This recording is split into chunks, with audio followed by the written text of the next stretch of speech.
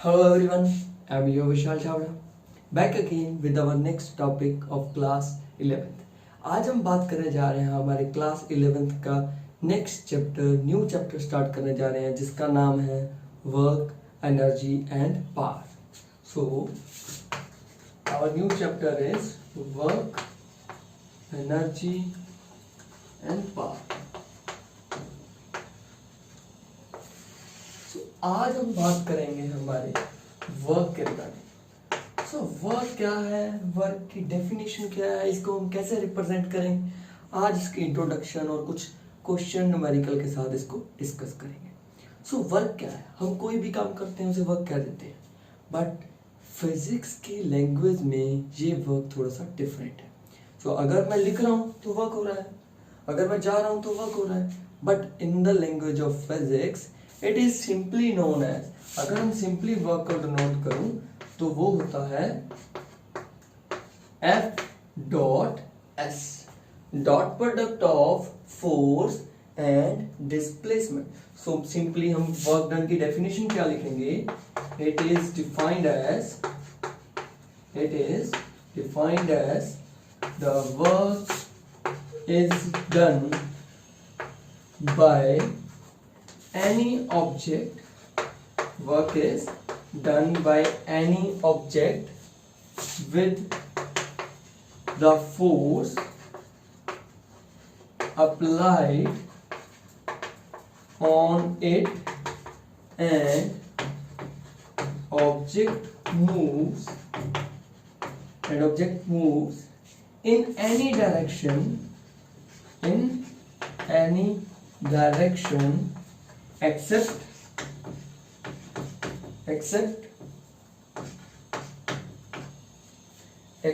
perpendicular to the force.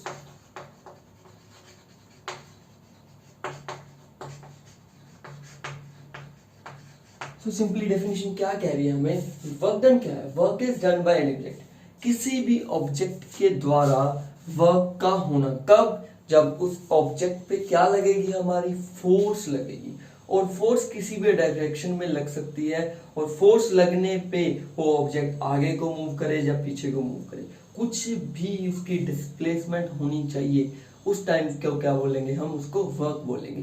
But except जो हमारी force होएगी वो परपेंडिकुलर ना हो किसके, डायरेक्शन ऑफ मूवमेंट के, that time the work is zero. कैसे जीरो होएगा, इसकी क्या डेफिनेशन, क्यों ये ऐसे हो रहा है, इसको हम सारा डायग्रामेटिकली के साथ डायग्राम के हेल्प से क्लियर करेंगे. तो सिंपली वर्क है क्या, dot product of force and displacement. So it is defined as work is done by any object with the force applied on it and object moves in any direction. Object move करेगा किसी भी direction में except perpendicular to the force. जिस side force लग रही है उसके perpendicular नहीं होएगा. अगर वो परपेंडिकुलर है डायरेक्शन एंड उसकी फोर्स, देन दैट टाइम पे वर्क क्या होएगा, हमारा जीरो होएगा. कैसे जीरो होएगा उसको हम अभी डिस्कस करेंगे with help of diagram.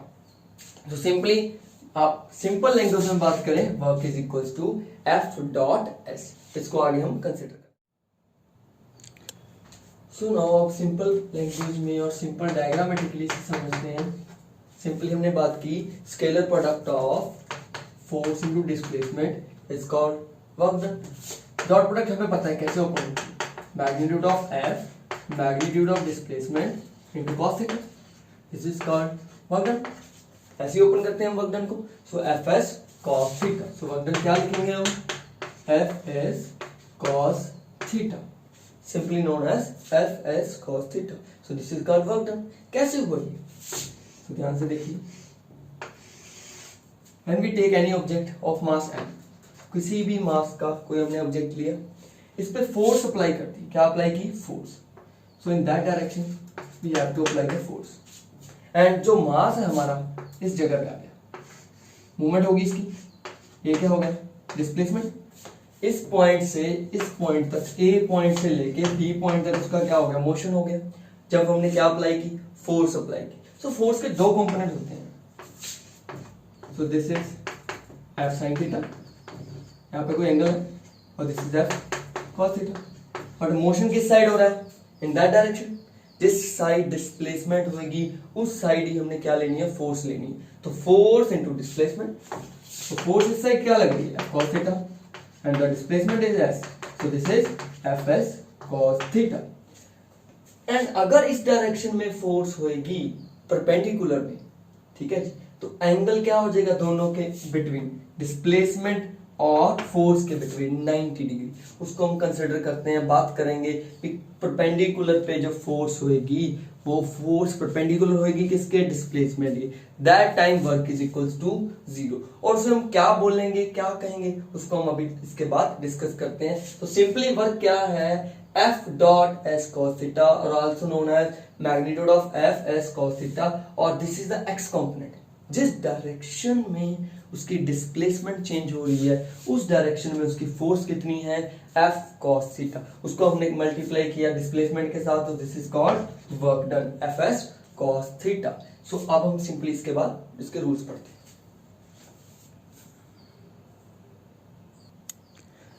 No जो हमारा वर्क है 3 टाइप का है। So firstly positive work, second, सबसे पहले पॉजिटिव वर्क को समझते हैं। सो पॉजिटिव वर्क क्या है, जब हमारा वर्क डन क्या होगा, पॉजिटिव। कब, जब थीटा हमारा लाई करेगा 0 degree to 90 degree, that means any acute angle, that time force हमारी ऐसे लगेगी। So this is force and this is displacement, यहाँ पे पोजीशन चेंज हो रही है, दैट टाइम जो हमारा वर्क होएगा वो क्या होएगा, positive work. For example a cart is pulled by horse, horse है जो किसी भी कार्ट को पुल कर रहा है, उस टाइम पे जो एंगल बनेगा, थीटा बनेगा, वो 90 से लेस होगा, 0 से ज्यादा होगा, दैट टाइम पे जो वर्क होगा उसे हम बोलेंगे positive work, that time the work is called positive work. Now example second, a long roller pulled by a person, और सिंपली हमारी डेली लाइफ में हम यूज करते हैं और trolley bag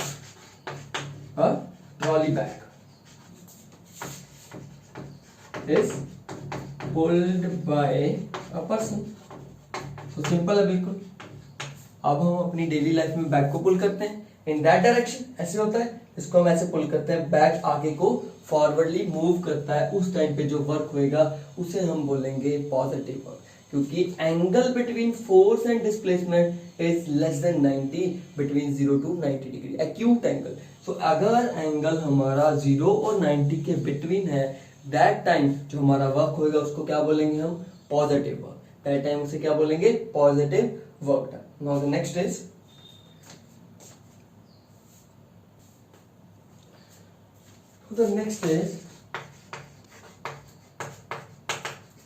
negative work.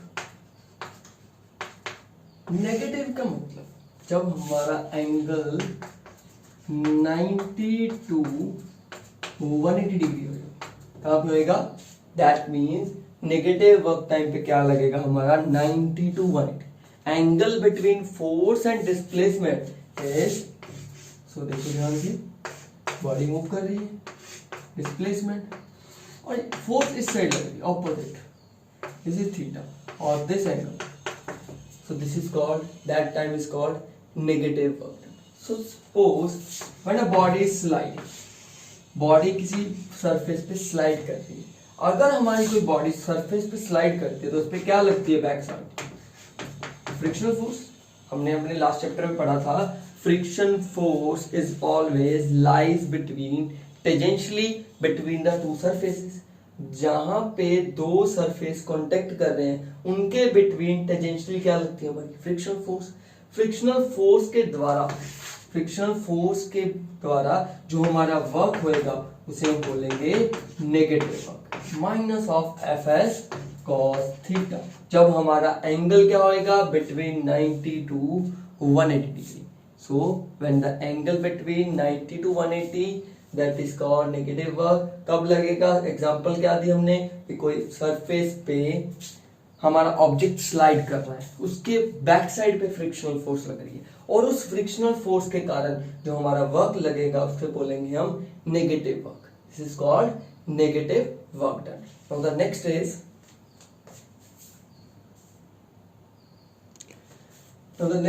Is third, zero work done. Zero work done. When theta is 90 degree. When theta is 90 degree, that time is called work done is zero. मैंने बताया था आपको, अगर हमारी फोर्स डिस्प्लेसमेंट जो उसकी डायरेक्शन है movement की वो परपेंडिकुलर है फोर्स के, तो उस टाइम पे वर्क डन क्या होएगा? जीरो. उस टाइम पे वर्क डन क्या होएगा? जीरो. तो दो फोर्सेस बता रहा हूं आपको. सो दिस इज टू फोर्सेस. दो फोर्सेस किसी भी मास पे लगेंगी. डाउनवर्ड क्या लगेगी? mg, जिसे हम बोलेंगे gravitational force. Gravitational force. And this force is called normal reaction. This is also a force. This is also a force. In both the forces, angle between displacement and forces is 90 degree. So that time, both time work done is zero because Fs cos theta, Fs cos 90, and the value of cos 90 is zero. So the work done is zero. So zero work done. For example, a pulley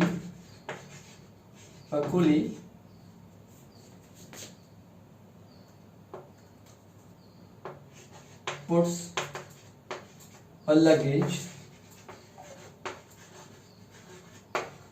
on his head. That time work done is zero. कोई कुली है, उसने wait उठाया हुआ है sir पे, head पे. That time जो हमारा हेड के साथ और डिस्प्लेसमेंट के साथ जो एंगल बन रहा है वो क्या आ रहा है? 90 डिग्री. और 90 डिग्री होने के टाइम पे क्या बोलते हैं हम? Work done is zero due to angle between force and displacement is 90 degree. So there are the three work done: positive, negative and zero. So positive work done कब होएगा? जब एंगल हमारा acute होएगा. Negative work done कब होएगा? जब angle हमारा obtuse होएगा between force and displacement. And when the angle is 90 degree, मतलब perpendicular force and displacement, then the work done is zero. So there are three type of work done: negative, positive and zero. Now we will discuss this with the help of examples and their units. Now, firstly, what are the units of work done? So work done is equals to Fs, force into displacement, because cos theta is unitless. So force into displacement, simply यही बात करते हैं हम. Work done is equal to force into displacement. So force किसमें होगी? Newton, and the displacement is meter. So work done is in joule. The units of work done is joule, and 1 joule is equals to 1 newton and 1 meter. Means to say किसी एक body पे, किसी भी मास पे अगर हम 1 Newton force apply करते हैं, कितनी फोर्स अप्लाई कर रहे हैं? In that direction, in the same direction, that time angle is 0, cos 0 is equal to 1. So 1 Newton force apply की in the same direction of displacement, तो 1 मीटर बॉडी क्या किया? डिस्प्लेसमेंट कवर किया. सो 1 Newton पे अगर 1 मीटर डिस्प्लेसमेंट कवर हुआ तो work done कितना हुआ? तो 1 joule. So 1 joule is equals to 1 newton and 1 metre. And so what is the dimensions of work done? So force के डायमेंशंस हमने पढ़े थे m1 l1 t-2 into displacement is l1. So the dimensions of work is m1 l2 t-2. So this is called dimensions of work done and units of work done. So we have to measure the work done in their units is joule, joule, जो भी बोल लो, and the dimensions of work done is m1 l2 t minus 2. So this is the units and dimensions of work done. Now we will discuss this type work done or introduction of work done with the help of some examples. Now we will discuss the concept of work done with the help of this example. So the question is, a man carries a suitcase on head by applying a force of 20 Newton. So किसी एक person है, suppose this is any person, इसके head पे यहाँ पे क्या है, wait है, ठीक है जी, 20 न्यूटन फोर्स अप्लाई कर रहा है. ही ट्रेवल द हॉरिजॉन्टल डिस्टेंस. देखो यहाँ से 20 न्यूटन अपवर्ड लग रही है कोई फोर्स उस पे जो उठा रखा है उसने. डिस्प्लेसमेंट हॉरिजॉन्टली मूव कर रहा है in that direction horizontally 10 metre उसने कवर किया. So what is the work done? Now next, and then climbs a vertical distance 5 meter. Calculate total work done. So सबसे पहले वो horizontal work done किया in that direction 10 meter. Force नहीं लग रही है 20 Newton. Angle between is 90 degree.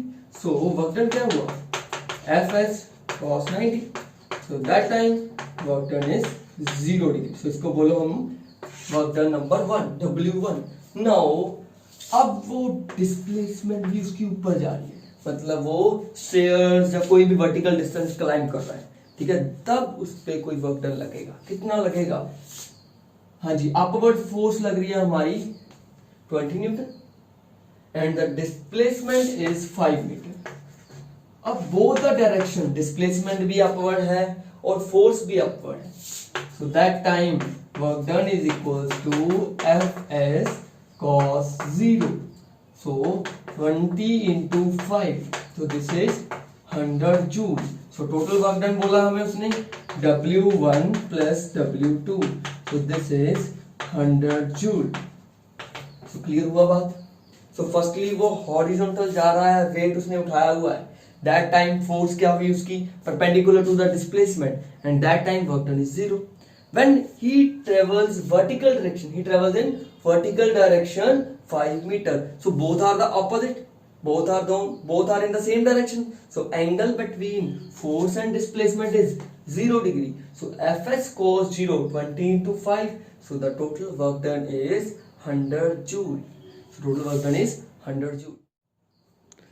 Now the next question is, find the work done by external force F and frictional force. अब हमने दो वर्क डन निकालने हैं, एक एक्सटर्नल फोर्स के द्वारा जो लग रहा है, एक फ्रिक्शनल फोर्स के जो टाइप पे लग रहा है. And when a body displaced by 5 meter, suppose यहाँ पे कोई वेट है जिसका 10 kg है मास और वो डिस्प्लेस कर रहा है कितने मीटर? 5 मीटर. 5 मीटर डिस्प्लेस किया और इसका म्यू के कितना है? Frictional forces 0.1. सो डिस्प्लेस कर रहा है दिस डायरेक्शन में. इस साइड फोर्स कितनी लग रही है इस पे? 40 न्यूटन. कितनी लग रही है? 40 न्यूटन फोर्स इस डायरेक्शन में लग रही है, ठीक है जी. सो हमने फाइंड करना है वर्क डन. वर्क डन किस टाइप पे? दो, external force and frictional force. सबसे पहले एक्सटर्नल फोर्स पे निकालते हैं. डिस्प्लेसमेंट भी इस साइड है, फोर्स भी इस साइड है. So angle between force and displacement is 0 degree. So put the cos 0 1 होता है 40 into 5. So this is 200 joule. So ये तो आया हमारे पास positive work done when a body moves in this direction. So now frictional force कहाँ लगेगी? यहाँ पे. frictional force कहाँ लगेगी? इस साइड पे. और फ्रिक्शनल फोर्स कौन सी होगी? लिमिटिंग फ्रिक्शन होगा. कौन सा फ्रिक्शन होगा? And this is called limiting friction, क्योंकि बॉडी मूव कर रही है तो लिमिटिंग फ्रिक्शन कितना होगा? We know that friction is equals to mu r और mu n लिख सकते हैं. r क्या होता है? Normal reaction. सो mu की वैल्यू 0.1 and the normal reaction is mg 10 into 9.8 or simply written as 10. So this is 10 newton. So इस साइड कितनी फोर्स लग रही है? 10 न्यूटन. बट बॉडी डिस्प्लेस कर रही है, जो इस फोर्स का इफेक्ट है वो कैंसिल हो रहा है किस फोर्स के साथ? इस फोर्स के साथ. नेट फोर्स 30 न्यूटन है बट यहाँ पे 40 न्यूटन है, यहाँ पे 10 न्यूटन है, इसलिए जो इस फोर्स का इफेक्ट है वो कैंसिल हो रहा है, इसलिए बॉडी आगे को डिस्प्लेस हो रही है. अगर इसका इफेक्ट ज्यादा होता तो बॉडी मूव ही नहीं करती. हमने अपने लास्ट चैप्टर में पढ़ा है. सो फ्रिक्शनल फोर्स के अराउंड हमारी वर्क डन क्या लगेगा? So in that direction angle between displacement and force is 180 degree. So F S cos 180 degree. So cos 180 is -1. So work done क्या है हमारे पास? Minus of 10 into 40. 10 into 40 and the work done is 400 joule. So work done क्या है हमारे पास? 10 into 5. हमारे पास displacement तो 5 metre ही है. So this is called -50 joule. जो फ्रिक्शनल फोर्स के अराउंड वर्क डन हो रहा है वो कितना है? -50 joule. So this is called negative work done and this is called positive work done. But body आगे को ही मूव कर रही है. क्यों?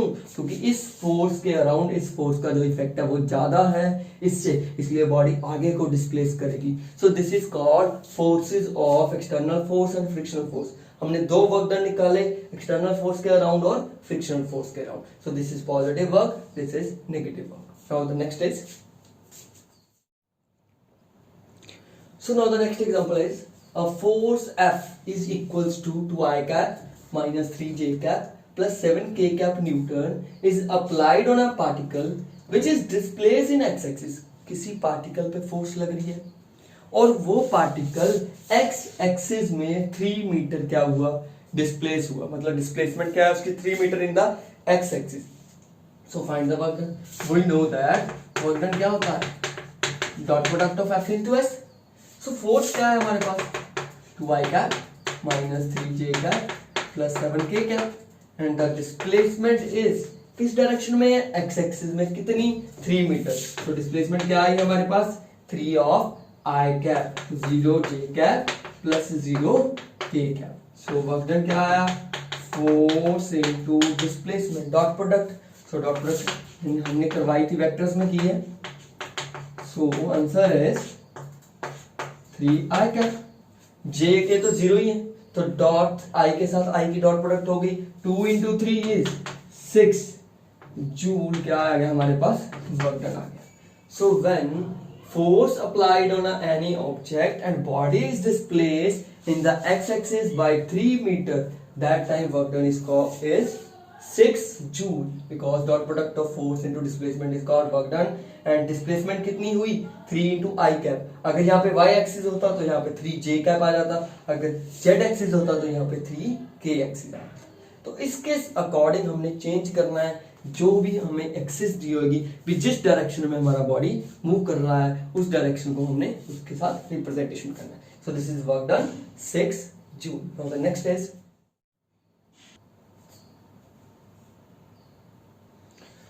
So now the next example is, last example है इसके बाद हमारा जो टॉपिक है, जो आज की वीडियो है वो एंड है. So two forces F1 is equals to minus I cap plus 2J cap minus 3K cap and F2 is equals to 2I cap minus 4J cap plus 3K cap.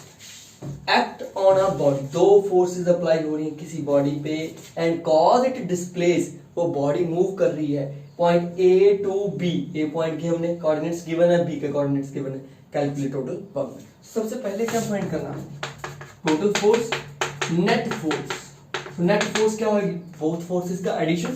So minus I cap 2J cap minus 3K cap plus 2I cap 4J cap 3K cap.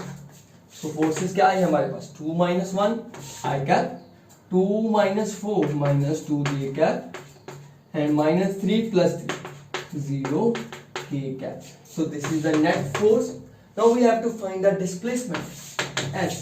अब displacement क्या होगी? ध्यान से देखो, A से B जा रहा है तो अकॉर्डिंग टू ओरिजिन, अगर ऐसे दो पॉइंट्स हैं हमारे पास O A B, A से B अगर बॉडी मूव कर रही है सो हम OA से अगर OB डिस्टेंस माइनस कर दें, OA minus OB, so OA position vector given है हमारे पास 3I cap plus J cap plus 2K cap minus B vector है जी हमारे पास minus 4I cap minus 2J cap plus 3K cap. तो यहां से हम क्या फाइंड कर सकते हैं? डिस्प्लेसमेंट. तो क्या है हमारे पास? 3 minus minus plus 7I cap plus and plus again 3J cap plus and minus So this is k cap. So this is the displacement vector AB between the forces. So net force पता है हमें, displacement पता है. So we have to find the work done. Work done होता क्या है? Dot product of force into displacement. So अब हम force और displacement की dot product करके क्या find कर लेंगे? Work done.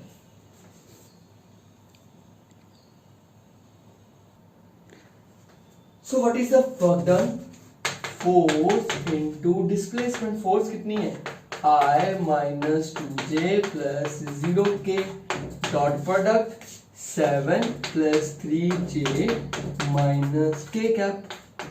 So dot product करो I की I के साथ 7 into 7 minus 2 plus 3 minus 6 and 0 into minus 1 this is 0. So 7 minus 6 1 unit लिखो और 1 joule is the answer, and this is the work done applied by the forces and the body is displaced from A point to B point, and that time the work is 1 joule. So आज हमने बात की हमारी video में work done की introduction और उसके कुछ एग्जाम्पल के साथ। नेक्स्ट हमारा जो वीडियो होगा उसमें हम बात करेंगे जो नेक्स्ट टॉपिक्स आएंगे वर्क डन के रिलेटेड, एनर्जी के रिलेटेड और पावर के रिलेटेड। सो आज के लिए इतना ही। अगर वीडियो अच्छा लगा तो लाइक कीजिए, शेयर कीजिए। Thank you.